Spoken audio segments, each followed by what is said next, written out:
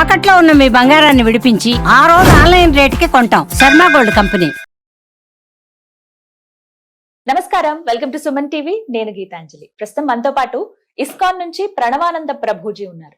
వారి గురించి చెప్పాలంటే ప్రపంచ వ్యాప్తంగా ఎన్నో ప్రదేశాలకు వెళుతూ ప్రవచనాలు చెబుతూ ఉన్నారు. ప్రత్యేకంగా శ్రీకృష్ణ భగవానుడు గురించి, ఆయన లీలల గురించి, ఆయన తత్వం గురించి, మన నిత్య జీవితంలో మనకు అవసరమయ్యేటువంటి ప్రతి విషయము, మనకు వచ్చేటువంటి ప్రతి సందేహము భగవద్గీత చదివితే అందులో మీకు ఒక సమాధానం దొరుకుతుందని చెప్తారు ప్రభుజీ. అందులోనూ ఎన్నో సందేహాలు మనకు వస్తూ ఉంటాయి. ప్రత్యేకంగా ఆయన మాటలు ఎలా ఉంటాయంటే చిన్నవాళ్ల నుంచి పెద్దవాళ్ల వరకు ప్రతి ఒక్కరికి అర్థమవుతుందా కృష్ణ తత్వం గురించి. అలాగే మరొకసారి వారిని స్టూడియోకి ఆహ్వానించాము. వారితో మాట్లాడి మరిన్ని విషయాలు తెలుసుకుందాం ఆ కృష్ణయ్య గురించి. ప్రభుజీని ఆహ్వానిద్దాం. హరే కృష్ణ ప్రభుజీ, ఎలా ఉన్నారు? మళ్ళీ గ్యాప్ వచ్చింది. గ్యాప్ తర్వాత చాలా సంతోషం మాట్లాడడం. ఎన్నో ప్రశ్నలు, అంటే కనీసం ఒక సంవత్సరం అవుతోంది, సంవత్సరంన్నర దగ్గర. ఈ టైంలో చాలా మందికి సందేహాలు తీరాయి, వాళ్ళ సన్మార్గంలో వెళ్తూ ఉన్నారు. కానీ ఇంకా చాలా మంది ముందుకొస్తూ ఉన్నారు, సందేహాలు అడుగుతున్నారు నివృత్తి చేసుకోవడానికి. ఇందులో భాగంగా చుట్టూ అంత నెగిటివిటీ పెరిగిపోతోంది. అటు సొసైటీలోనూ నెగిటివిటీ చూస్తున్నాం, ఇళ్ల పరిసరాల్లో చూస్తున్నాం, ఇంట్లో చూస్తున్నాం, మా ఒంట్లో కూడా చూస్తున్నాము. అసలు ఏంటి నెగిటివిటీ, ఎందుకు ఇంతగా ఎక్కువైపోయింది, దాని నుంచి బయటపడే మార్గాలు ఏమన్నా ఉన్నాయా అని అడుగుతున్నారు. నెగిటివిటీ నుంచి బయటపడాలి అని అంటే పాజిటివిటీ వ్యక్తి దగ్గరికి వెళ్ళాలి. మన నేచర్, మీరు అన్నారు కదా, మన ఒంట్లో నెగిటివిటీ ఉంది, కుటుంబంలో నెగిటివిటీ ఉంది, సమాజంలో నెగిటివిటీ ఉంది అని. నెగిటివిటీ ఉంది, పాజిటివిటీ కూడా ఉంది. మనం జస్ట్ పాజిటివిటీ దగ్గరికి వెళ్ళాలి, అది మనం చేయాల్సిన ప్రయత్నం. మనం ఎలాంటి వాళ్ళ, ఇప్పుడు చూడండి, ఇనుము అయస్కాంతం దగ్గర పెట్టామనుకోండి, అయస్కాంతం యొక్క శక్తి ఇనుముకు వస్తుంది. మీరు ఎప్పుడైనా ఎక్స్పెరిమెంట్ చేస్తారో? చిన్నప్పుడు మా టీచర్ ఈ విషయాన్ని చూపించేది. అయస్కాంతం పైన ఇనుముని బాగా కొద్దిసేపు రాసి ఇంకొక ఇనుము దగ్గర పెట్టామనుకోండి, లాగేస్తుంది. ఇనుము నేచర్ కాదు, కానీ అయస్కాంతం దగ్గర ఉండటం వల్ల ఇనుముకి కూడా ఆ అయస్కాంత శక్తి వచ్చింది. అలానే మనం ఎంత నెగిటివ్ గా ఉన్నా సరే ఒక పాజిటివిటీ కనెక్ట్ అయిపోయాం అనుకోండి, మనకు కూడా పాజిటివిటీ వస్తుంది. ఈ ప్రపంచంలో అన్నిటికంటే పాజిటివ్ సోర్స్ ఏదైనా ఉంటే అది భగవంతుడే. భగవంతుడి దగ్గరికి ఎంత దగ్గరగా ఉన్నాం అనుకోండి, మనం అంత పాజిటివ్ గా ఉంటాం. మనం ఎంత ఆధ్యాత్మిక మార్గంలో ఉన్నాం అనుకోండి, అంత పాజిటివ్ గా ఉంటాం. ఇది చాలా మందికి తెలియదు. నెగిటివిటీ, బాధలు, డిప్రెషన్, మెంటల్ హెల్త్ అని పాపం బాధపడుతుంది. కానీ దీని అన్నిటికీ ఒక సొల్యూషన్ ఏంటి అని అంటే పాజిటివ్ గా మన మైండ్ సెట్ ని మార్చుకోవటమే. ఎలా మార్చుకోవటము అనేది మంచి వాళ్ళ యొక్క సాంగత్యంలో ఉండటం. వినాయకుడిని చూసారనుకోండి, ఫస్ట్ విషయం మనకు కనిపించేది ఆయన పెద్ద పెద్ద చెవులు కనిపిస్తాయి. కరెక్ట్. నోరు కనిపించదు, తొండం కింద ఉంటుంది, కానీ చెవులు మాత్రం కనిపిస్తాయి. మనకి ఈ ప్రపంచంలో గణపతి చెప్పేది ఏంటి అని అంటే మంచి మాటలు వినడానికి ఎక్కువగా శ్రద్ధని పెట్టు. అందరు కూడా బడబడ బడబడ మాట్లాడడానికి చాలా ఇంతూజియాస్టిక్ గా ఉంటారు, కానీ వినడానికి ఇంతూజియాస్టిక్ గా ఉంటారు. కాబట్టి ఎంత మనం మంచి విషయాలు వింటాము. మీకు ఒక ప్రిన్సిపల్ చెప్తాను.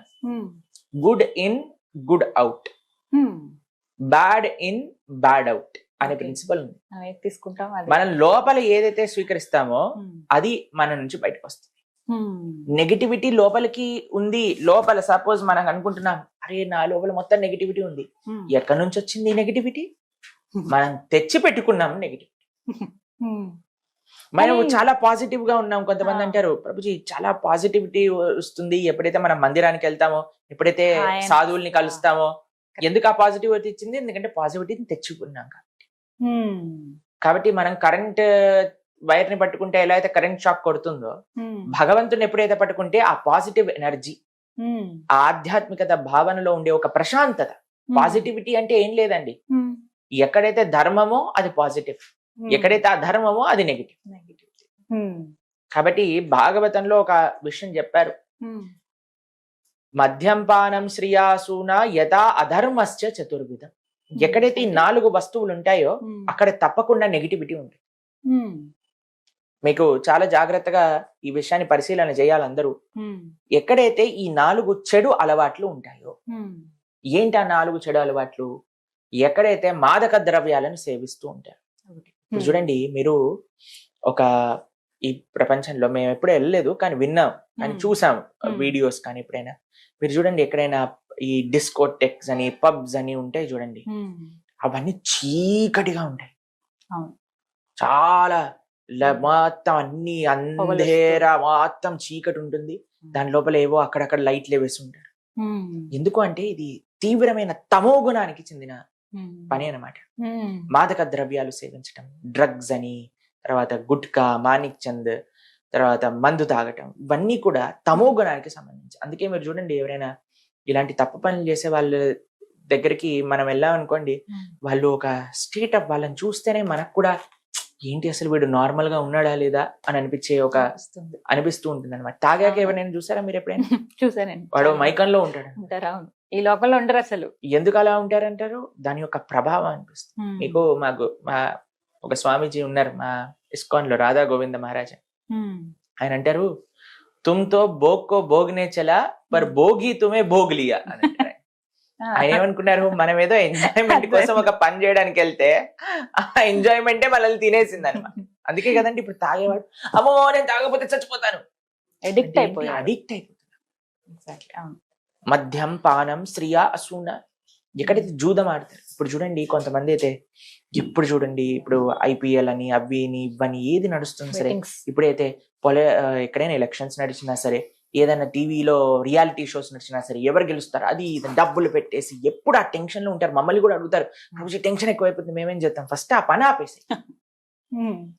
అప్పుడే కదండి. ఇప్పుడు మీకు ఒక విషయం చెప్తానండి, కష్టపడని డబ్బులు ఎప్పుడైనా సరే మనతోటి ఉండవు. ఈజీగా వచ్చిన డబ్బులు ఈజీగా వెళ్ళిపోతాయి.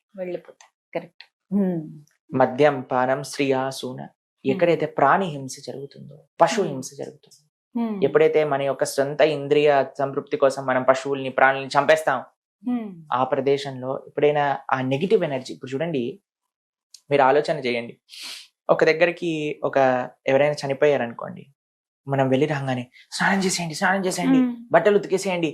ఎవరైనా డెడ్ బాడీ వెళ్తుంది అనుకోండి, ఇంటి ముందు నుంచి తలుపులు వేసేసి ఆ నెగిటివ్ వైబ్రేషన్స్ వచ్చేస్తాయి అని ఇంత జాగ్రత్తగా చూసుకొని, శ్మశానం ముందు నుంచి వెళ్ళినా సరే కొంతమంది తల్లు చేసుకుంటూ ఉంటారు, పక్కన నుంచి ఏదైనా డెడ్ బాడీ వెళ్తుందని చాలా అనీజీగా ఫీల్ అయిపోతాం. అరే చిన్నపిల్లలకి అంటారు చూడొద్దు అని.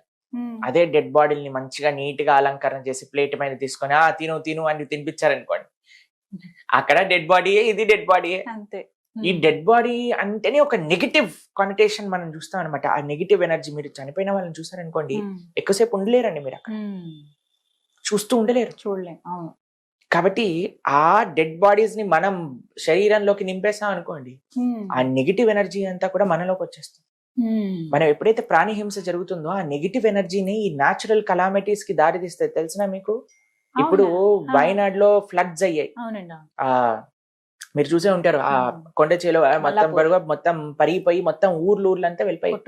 ఎందుకు అలా జరుగుతుంది? ఒక రీజన్ చెప్తున్నారు అక్కడ.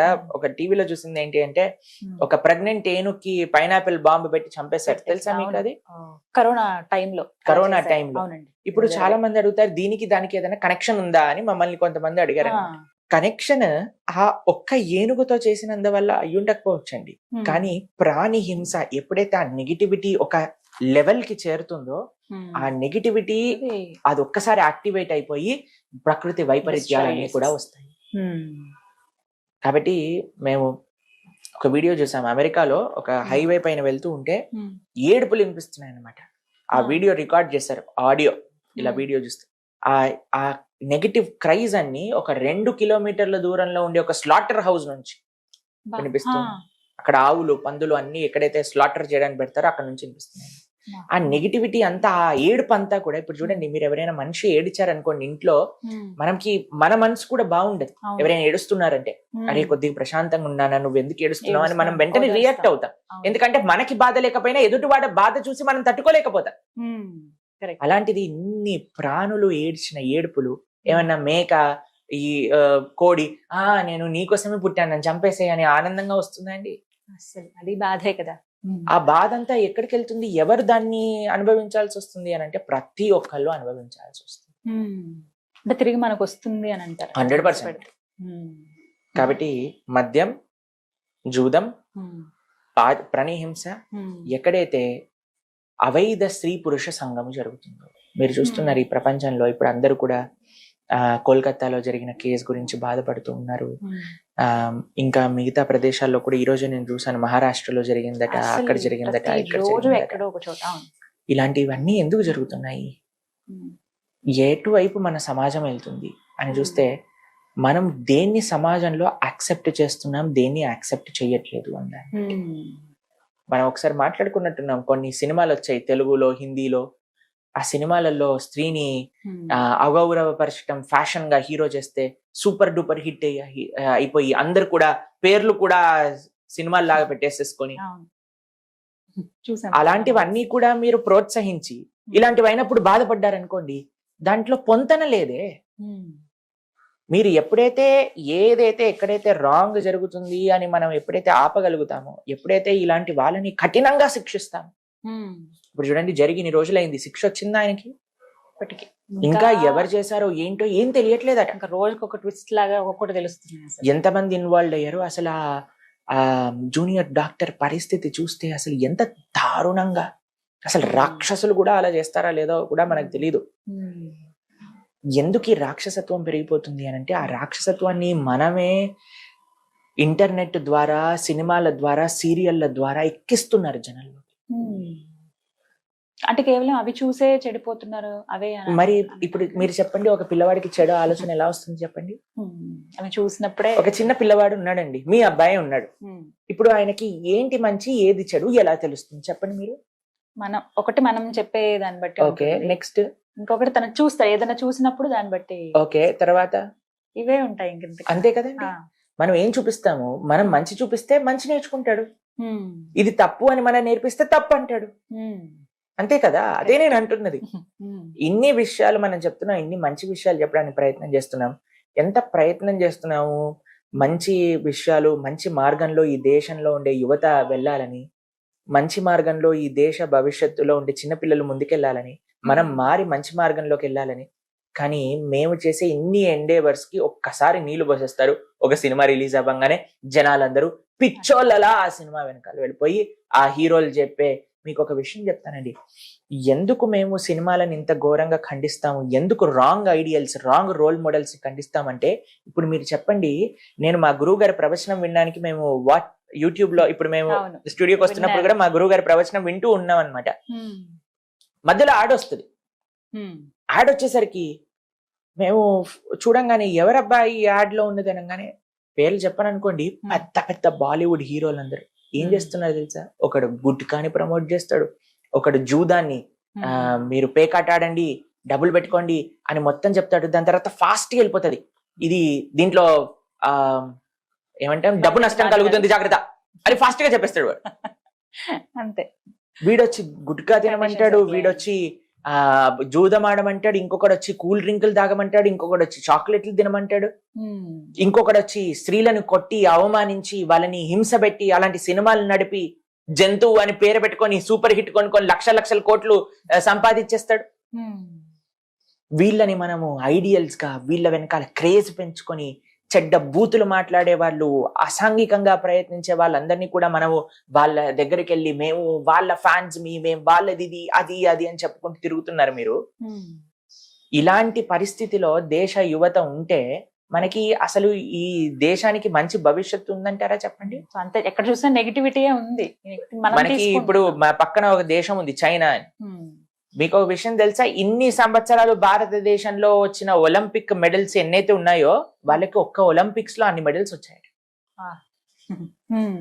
మన వాళ్ళు బిగ్ బాస్ అని, ఈ చెత్త అని, ఆ చెత్త అని, వీటి గురించి 24 గంటలు ఫేస్బుక్ లో, ఇన్స్టాగ్రామ్ లో రీల్స్ చూసుకుంటూ వేరే వాళ్ళ జీవితాల్లో ఏం జరుగుతుందని, ఈ హీరోయిన్ చేస్తున్నాడు, ఆ హీరోయిన్ చేస్తుంది, ఈ హీరోయిన్ ఏం చేస్తుంది, ఆ హీరోయిన్ ఏం చేస్తుందని మొత్తం కూడా పాశ్చాత్య దేశాన్ని వెనకాలకి వెళ్ళి మన గోతే మనం తవ్వుకొని దాంట్లో పడిపోతున్నాం. ఇలాంటి పరిస్థితి ఉన్నప్పుడు మనకి ఎక్కడండి ఇంకా నెగిటివిటీ ఉందని బాధపడి మీరే కొని తెచ్చుకుంటున్నారు నెగిటివిటీ. మరి ఉన్నాయి వీటన్నిటిని పక్కన పెట్టాలంటే దేవుని చేరుకోవడం ఒకటే మార్గమా? కాదండి, మీకు ఒక విషయం చెప్తాను. ప్రశాంతంగా బ్రతకాలి అనుకుంటున్నారా లేదా? తెలిసి ఇందులో విషం ఉంది, కొద్దిగా విషం తాగండి, కొద్దిగా బాగుంది అని అంటే మీకు దాహం వేస్తుంది, ఈ విషం తీసుకోండి దాహం తీరిపోతుంది అని అంటే మీరు తాగుతారా? అస్సలు. పర్వాలేదు, నాకు దాహం తీరకపోయినా పర్వాలేదు, నేను ఒక గంట సేపు అయినా వెయిట్ చేస్తాను, నేను నీళ్ళు వచ్చినప్పుడే తాగుతానంటారా? మరి మీరు బ్రతకాలి, మీరు ఆనందంగా ఉండాలి అంటే దీన్ని పక్కన పెట్టాల్సిందే. ఇది ఎంటర్టైన్మెంట్ అనుకోవటం అది మనం చేసే తప్పు. కానీ ఒక సేవలో ఒక ఆనందం ఉన్నది, ఒక ఆరాధనలో ఒక ఆనందం ఉన్నది, మంచిగా బ్రతకటంలో విలువలతో ఒక ఒక ఆనందం ఉన్నది అని తెలిస్తే కదా. ఎప్పుడైతే ఈ విషయాలని ఆపితే కదా ఆ విషయాలు తెలిసేది మనకి. చిన్నప్పటి నుంచి పుట్టిన చిన్ని పిల్లవాడి దగ్గర నుంచి ఫోన్ పెట్టేసి నువ్వు ఈ చూడు అది చూడు అని చూపించేస్తూ మేము చూసాం. చిన్న చిన్న పిల్లలండి, ఇంత పిల్లలకి వాళ్ళమ్మ ఒక దగ్గర చూసాం మేము, ఒక వల్గర్ సాంగ్ పెట్టి డాన్స్ అంటే ఈ చిన్ని పిల్ల దానికి డాన్స్ వేస్తాం, దానికి మురిసిపోతున్నారు. ఇలాంటి పనులు చేసినప్పుడు మనకి ఏం నేర్పిస్తున్నాము, ఏం చూపిస్తున్నాము ఉంది ఏదైనా. కాబట్టి అందరూ ప్రయత్నం చేయాలండి. ఇప్పుడు మనం ఇంత ఆధ్యాత్మిక ప్రోగ్రామ్ చేసేసి మళ్ళీ మనం ఏదైనా భౌతికంగా మాట్లాడేసేసి పిచ్చి పిచ్చి విషయాల్ని కూడా మనం ప్రమోట్ చేసేస్తాం అనుకోండి, అప్పుడు మనం ఎండేవర్స్ మొత్తం కూడా పోయినట్టే కదండి. కాబట్టి మనకి ఈ విషయం అర్థం కాదు, చాలా మందికి పట్టదు. ఈ రోజు నిన్న ఈ రోజు మనం కర్ణుడి పైన ఒక పాడ్కాస్ట్ చేసాం, గుర్తుందా?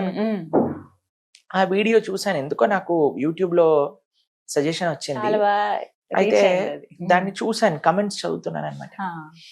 అందరూ కూడా I stand with Karna, Karna super hero, Karna super star, Karna is emotion, Karna is love అని పెట్టారు.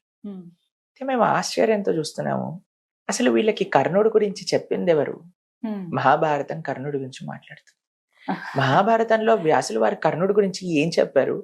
వీడేదో శాస్త్రం తెలిసినట్టు ఒక సినిమా చూసేసి Karna is emotion, Karna is love, Karna is love అంటూ ఉందంటే మీరు డైరెక్ట్ గా కూడా కోల్కతాలో ఆ జూనియర్ డాక్టర్ తోటి చేసిన హింసాత్మకంగా ప్రవర్తించిన వ్యక్తులు ఎవరైతే ఉన్నారో వాళ్ళని సపోర్ట్ చేసినట్టే. మనం మాట్లాడుకున్నాం కదా, ద్రౌపది దేవిని అవమానించామని చెప్పిందే కర్ణుడు. మళ్ళీ Karna is emotion, Karna is love, Karna is our great hero, Karna is role model. ఇలాంటి చెత్త వాళ్ళు ఉన్నంత వరకు కూడా మన దేశం ఇలానే ఏడుస్తుంది. అందుకే మనం ఎందుకు మాకు ఈ బాధ, ఒకటే ఒక బాధ ఉంటుంది మాకు, ఈ దేశ యువత తప్పుడు మార్గంలో వెళ్ళిపోతున్నారు. ఈ దేశ యువతకి మంచి మార్గం చెప్పే వాళ్ళు తక్కువ అవుతున్నారు. మంచి మార్గం చెప్తున్నా సరే వినేవాళ్ళు ఎంతమంది, ఎంత ప్రయత్నం చేస్తున్నాం. మా జీవితం అంతా కూడా భగవద్ ధర్మ మార్గంలోకి సమర్పణ చేసి మేము ఈ రోజు మాట్లాడుతున్నాం అంటే ఏ కూడా మాకు రిటర్న్ అవసరం లేదండి. ఎప్పుడైనా మేము ఏదైనా ఆశించామా? అసలు ఒకటే ఒక విషయం, మా ఆశయం ఏంటి అని అంటే ఎవరైనా పిల్లలు విని వాళ్ళకి మంచి విషయాలు తెలుసుకుంటారేమో అనే భావన. కాబట్టి ఎంత వరకైతే మన సమాజం ఈ కట్టుబాటులో ఉండదో, మనము మంచి వ్యక్తుల దగ్గర నుంచి మంచి విషయాలు, ఏవైతే శాస్త్రీయమైన విషయాలు వాటిని మేము వింటాము అని సంకల్పం చేసుకోదో, అప్పటి వరకు నెగిటివిటీ అనేది ఉంటుంది. ఆ నెగిటివిటీ అనేది పెరుగుతుంది. మీ చాయిస్ మీ చేతుల్లో ఉంది, మీ పిల్లల చేతుల్లో ఉంది. మీరు ఎలా పిల్లల్ని పెంచుతుందో ఉంది. మనకి పాజిటివ్ ఆప్షన్స్ ఉన్నాయి, నెగిటివ్ ఆప్షన్స్ ఉన్నాయి. మనం ఏం చూస్ చేస్తామో దాన్ని బట్టి అదే ఫ్యూచర్ ఉంటుంది. చక్కగా వివరించారు ప్రభుజీ. హరే కృష్ణ. హరే